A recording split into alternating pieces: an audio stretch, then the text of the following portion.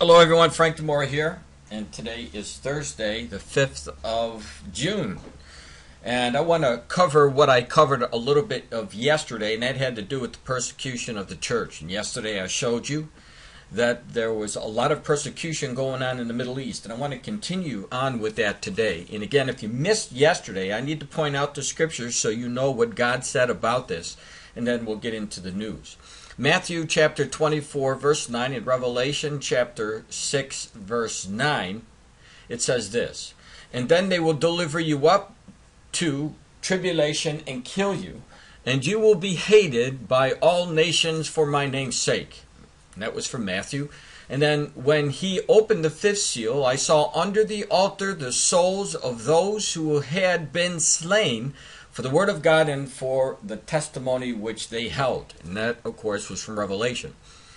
And so we do know that we're in the heart of the birth pangs. We see that the church is under attack, especially in the Middle East. And I want to show you another example of this. And this is information that I welcome because it looks like, for the first time in a long time, the Democrats and the Republicans are getting together on the same issue. Let me show you what I'm talking about. This news came over the net today with cnsnews.com. Unanimous Senate tells Sudan immediately release Meriam and her children. It says, in an act of unmitigated bipartisanship, all Republicans and Democrats in the U.S. Senate joined together on Tuesday evening to unanimously approve a resolution demanding the immediate and unconditional release of Meriam Abraham and her two children from the Sudanese prison where they are being held because Meriam refuses to renounce her Christian faith. Now, brothers and sisters, this is a woman who really loves the Lord, and her life is on the line. And I'm sure that the Lord is looking down at this event, and He is standing with her, but we need to be praying for our brothers and our sisters who are being imprisoned like this woman is. Abram, the wife of the U.S. citizen Daniel Waney, has been incarcerated at the Durham Federal Women's Prison along with the couple's 20-month-old son Martin and 1-week-old daughter Maya. She currently faces a death sentence. Meriam and Daniel, who is also a Christian, were married at the Christian church in Sudan in December of 2011. Now, Miriam's father was a Muslim, but her mother was a Christian. The father reportedly abandoned the family when Meriam was 6, and the mother raised her as a Christian. On May 15th, the Sudanese court convicted Abram of apostasy and adultery. And the court said she was guilty of apostasy because she refused to renounce her Christian faith and become a Muslim like her father.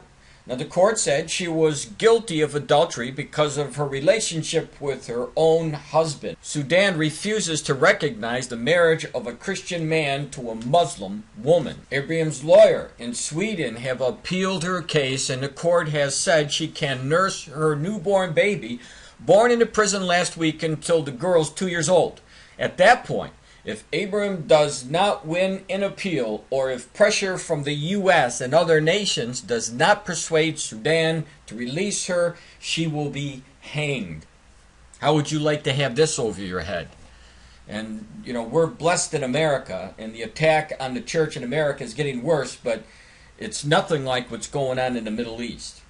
And continuing on, a Sudanese court affirmed a sentence of death by hanging for 27-year-old Meriam Yahya Abram Yishag, a Christian woman accused of apostasy for refusing to recant her Christian faith, and ordered her to receive 100 lashes for adultery because under Sudan's Sharia law, such interreligious marriage are illegal, says the resolution unanimously approved by the Senate.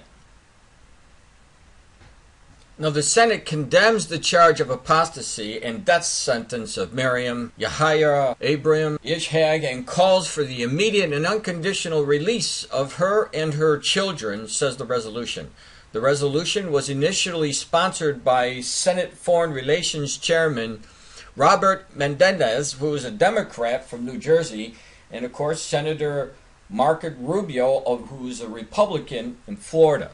who is a member of the Foreign Relations Committee, Senator Chris Coons, who is also a Democrat from Delaware, who is the chairman of the Foreign Relations Subcommittee on African Affairs, and Senator Jim Inhofe, a Republican from Oklahoma, the ranking member of the Arms Service Committee. Imprisoning a woman for simply refusing to recant her faith is a deplorable act that speaks to the kind of religious intolerance that, while blatantly and ignorantly continues to exist today, has no place in the world, Rubio said. While the Senate made strides in its commitment to religious freedom, Ms. Meriam is still in the fight for her life, Rubio said. The world is watching as we wait the decision of the Sudanese court, and today's passage is a testament to our obligation as Ms. Meriam and her young family.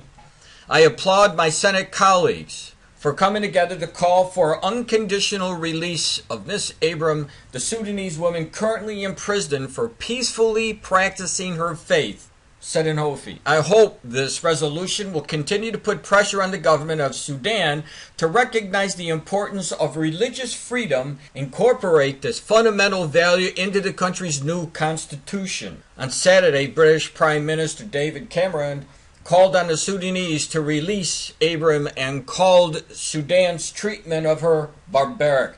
The White House and the State Department have issued statements condemning Meriam's conviction and imprisonment, but so far, neither President Barack Obama nor Secretary of State Kerry have personally spoke out about Sudan's imprisonment of the wife and the children of a U.S. citizen.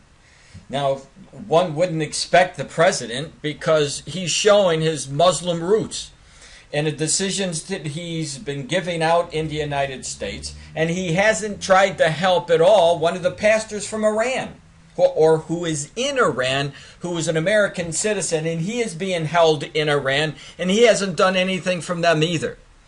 And so, unless that we see that this bipartisanship coming together can actually do something, probably nothing will happen, because I don't believe that President Obama will make efforts to free a Christian person. We haven't seen it in his administration yet. I would love to see it, but I don't think that it's going to happen. So let's watch the news, and if you hear anything about it, please email me and I'll post it. But let me finish the article. Until Meriam's husband, Daniel Waney, signed a Privacy Act waiver on Monday, the State Department declined to admit that he was a U.S. citizen.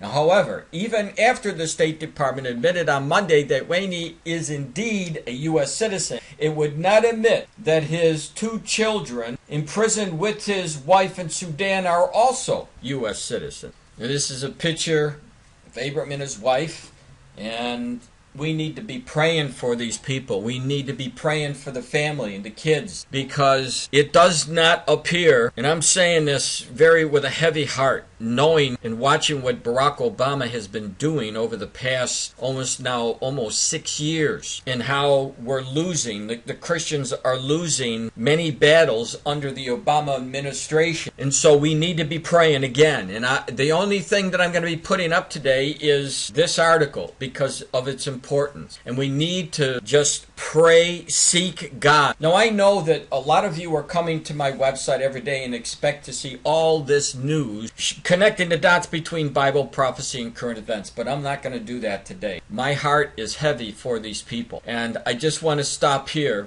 and pray that something is done, and that hopefully, just hopefully, the Republicans and the Democrats in the U.S. Senate who have joined together will continue to fight, continue to struggle for this Christian family until they are brought home. God bless.